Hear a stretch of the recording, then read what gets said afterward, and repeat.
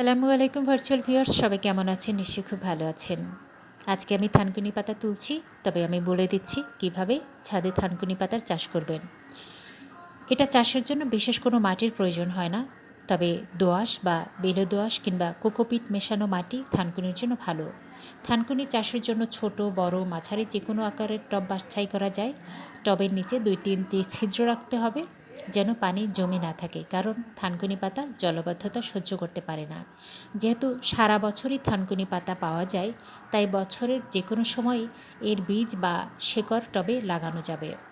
থানকুনি গাছ বীজ থেকেও তৈরি করা যায়, অথবা শিকড় সহ লতা লাগালেও গাছ বড় হয়।